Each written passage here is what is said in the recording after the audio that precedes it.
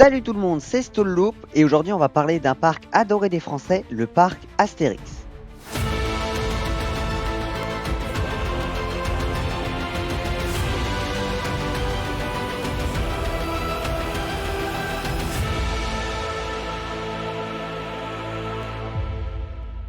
Commençons tout d'abord par nous pencher sur l'histoire du parc Astérix.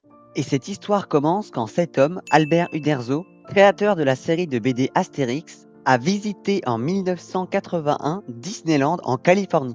Sur le chemin du retour, une idée prend forme dans sa tête, celle d'ouvrir un parc comme celui de Walt Disney, mais en France, avec pour thème sa BD, qui serait à l'époque, avec Big Bang Schtroumpf et Mirapolis, l'un des plus grands projets de parc de loisirs en France. En 1989, grâce à l'aide de Patrice Tournier qui fut associé d'Albert Uderzo, le parc put enfin voir le jour à Pléhy, à 35 km au nord de Paris. À l'époque, il y avait beaucoup moins d'attractions. Le seul coaster à sensation du parc était Goudurix, à ce moment bleu et blanc, qui est encore debout aujourd'hui. Et oui, il en a vu passer des trains ce parcours.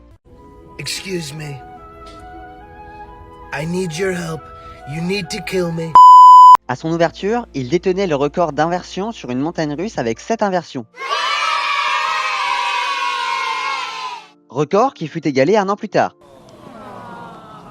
En 1992, l'ouverture d'Euro Disney fait baisser de 30% la fréquentation du parc, mais le parc a su se relever et fait maintenant partie intégrante du paysage français. Ce qui a permis au parc de faire de nombreux investissements pour se développer, comme l'a permis Tonnerre de Zeus en 1997, ce qui est indispensable dans tout parc pour pouvoir rester dans la course, surtout de nos jours. Je vous propose alors de découvrir pour ceux qui ne le connaissent pas et de redécouvrir pour les autres le parc Astérix.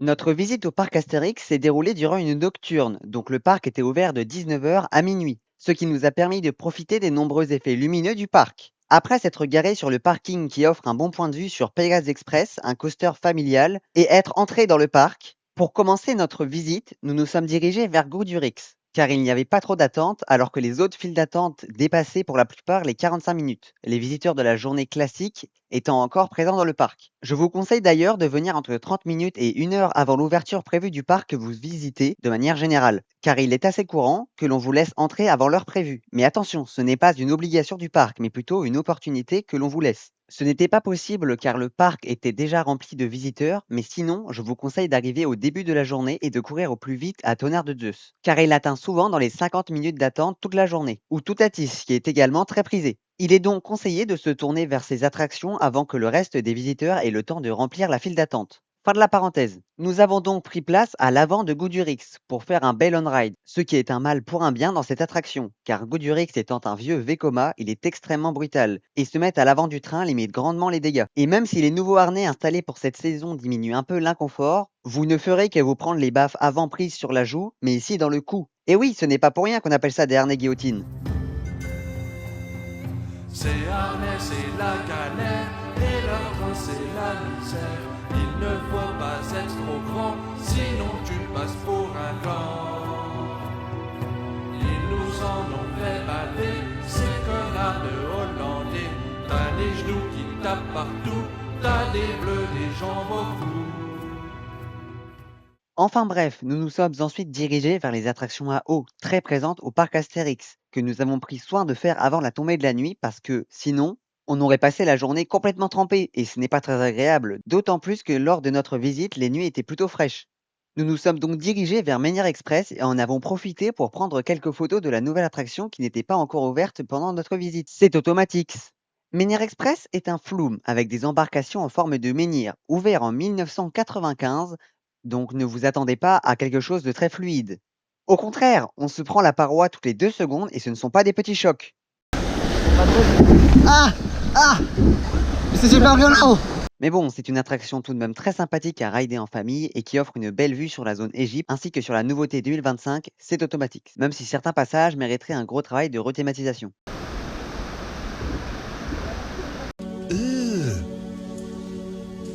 Brother, what's that? What's that, brother? Tout de suite après, nous sommes allés vers le Grand Splash qui venait juste de rouvrir pour la nocturne. Et qui s'est offert en 2024 une rethématisation qui rend l'attraction vraiment sympa. Et qui fait d'une attraction que je trouvais sans intérêt un must du parc Astérix, à faire à tout prix. Les pirates de la BD, à force de se faire couler, ont décidé d'attaquer les bateaux marchands, nous, depuis la Terre, en disséminant des pièges multiples sur tout le parcours. Ensuite, comme l'application du parc nous montrait un temps d'attente acceptable, nous nous sommes dirigés vers Toutatis, un coaster Intamin nouvelle génération. Mais au moment de se trouver devant l'attraction, surprise, la file s'étendait presque jusqu'à l'entrée de la zone. Je n'ai pas de photo, mais la queue s'étendait vraiment de là à là. Et ceci uniquement pour arriver à l'entrée de l'attraction. Ensuite, il fallait faire la file d'attente classique. Mais bon, comme toutes les attractions du parc avaient énormément d'attentes, nous avons tout de même attendu, et ça valait le coup. Car dès les 20 dernières minutes d'attente, on a des sculptures qui nous expliquent la storyline. Car le Toutatis est un test qui est construit chaque année pour que les guerriers gaulois puissent prouver leur courage. Et chaque élément du parcours a une signification précise. Il y a aussi des références à d'autres attractions du parc, ce qui les interconnecte toutes entre elles. Et à la fin de la file d'attente, le tumulus de Toutatis qui sert de gare à l'attraction est génial, avec des lumières partout et un effet à chaque départ. Vous pourrez également choisir dès la file d'attente la place que vous voudrez occuper dans le train. Pour Toutatis, je recommande la place de derrière, où les sensations sont meilleures. Toutatis est donc vraiment une attraction incroyable, un must absolu si vous êtes un amateur de sensations fortes. Les deux zones de launch permettent une expérience sans temps mort, de A à Z, et qui comporte une de mes figures préférées, le 0G Stall. Le coaster est parfaitement intégré dans la zone et les runes qui s'allument pendant le passage du train sont incroyables. Et le swing launch, cette partie du parcours qu'on passe en avant, puis en arrière, puis en avant, est génial. On se sent flotter dans les airs. Cet effet est permis par un bijou de technologie, un aiguillage à grande vitesse qui permet au train de ne jamais s'arrêter. Et c'est assez impressionnant à voir et à faire. Tout de suite après, nous nous sommes dirigés vers un autre géant du parc que l'on voit dès l'entrée en voiture, Osiris, un inverted coaster B&M sur le thème du dieu égyptien du même nom. Osiris profite d'une zone magnifique avec un temple égyptien, des jets d'eau, un passage sous l'eau, c'est juste génial. Même la file d'attente est truffée de références multiples, même certaines à des attractions Disney, comme cet ascenseur qui nous semble étrangement familier. Encore une fois, cette attraction possède une storyline incroyable, racontée grâce aux hiéroglyphes sur les murs, qui nous apprennent que nous allons être hypnotisés pour devenir des oiseaux. Mais pour pouvoir tous nous hypnotiser en même temps, Osiris va utiliser ceci, le talisman multi par 10. Une fois passé par la gare, qui est magnifique, on monte à bord et on gravit le lift. C'est vraiment incroyable, surtout que pendant que nous avons attendu, la nuit est tombée.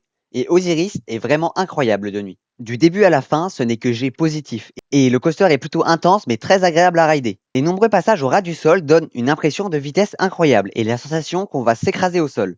Ce coaster est vraiment génial, à ne surtout pas rater. D'autant plus que si vous avez la chance de le rider la nuit, les jeux de lumière de la zone sont magnifiques et rajouteront un vrai plus à votre ride. À partir de ce moment-là, nous avons pu pour la première fois voir le parc la nuit. Et il y a un travail fou qui a été fait, surtout sur les nouveautés comme les fastes du Nil, le restaurant qui prend la place de l'ancien dôme de verre. Ensuite, pour faire un tour sur Pégase Express, nous nous dirigerons donc vers la gauche du restaurant, où se trouve une rue de souk qui est très bien thématisée, pour se retrouver devant State Automatics, très beau de nuit. Encore une fois, dommage que l'attraction ne soit pas ouverte. Pégase Express est un family coaster Gerstlauer à faire en famille. C'est le coaster que l'on voit du parking et qui comporte quelques surprises que je ne vous dévoilerai pas durant cette vidéo. Mais ce coaster vaut clairement le coup. Il est agréable à rider et plaira à toute la famille. En proposant un retour en arrière à partir du mi-parcours, c'est une attraction à faire si vous voulez passer un moment avec des personnes de tout âge. Pour finir la journée en beauté, nous irons trouver notre bonheur du côté du festival Toutatis, qui de nuit est juste incroyable. Les guirlandes qui composent ces fioles de jour s'allument la nuit pour donner un effet sans pareil. Et que dire de la gare? Ce tumulus a un éclairage incroyable, mais le clou du spectacle, c'est bien sûr le launch de Toutatis dont les runes s'allument à chaque passage du train. C'est déjà beau de jour, mais alors de nuit, c'est juste magnifique. Et ça a été un ride incroyable car le coaster était très chaud grâce aux nombreux tours précédents de la journée, et les effets lumineux ajoutent un vrai plus. À notre sortie de Toutatis, le parc était donc fermé. Enfin, toutes les entrées d'attraction, car l'heure de la fermeture affichée n'est pas réellement l'heure de la fermeture de l'attraction, mais uniquement de son entrée. Ce qui fait que si vous arrivez à vous glisser dans la file d'une attraction juste avant que l'entrée ne se ferme, vous pourrez profiter d'un dernier tour. À notre sortie de Toutatis, nous en avons donc profité pour faire un tour dans les allées du parc lorsqu'elles étaient vides. Et devant Osiris, nous avons pu avoir une chorégraphie des jeux d'eau pour nous tout seuls, avant de devoir nous diriger vers la sortie pour la fin de cette journée. En conclusion, le parc Astérix est un parc qui a su faire face à la concurrence et a su faire des investissements dignes de ce nom pour notre plus grand plaisir. Même si certaines attractions, malgré l'entretien, commencent sérieusement à vieillir, You need to kill me. il a réussi à conquérir le cœur des Français, mais est aussi devenu un parc de renommée mondiale. C'est donc un parc à faire et à refaire de jour comme de nuit, tant les investissements sont de bon goût, poussés et réguliers. Le parc Astérix est un incontournable à faire en famille ou entre amis, tant l'offre saura satisfaire petits et grands, et à surveiller de très près. car je ne serais pas étonné de voir arriver une énième attraction incroyable au parc Astérix dans les années à venir. Voilà, c'est tout pour cette vidéo, c'était Stolloop, à la prochaine. Oh, j'ai très faim. Du papier.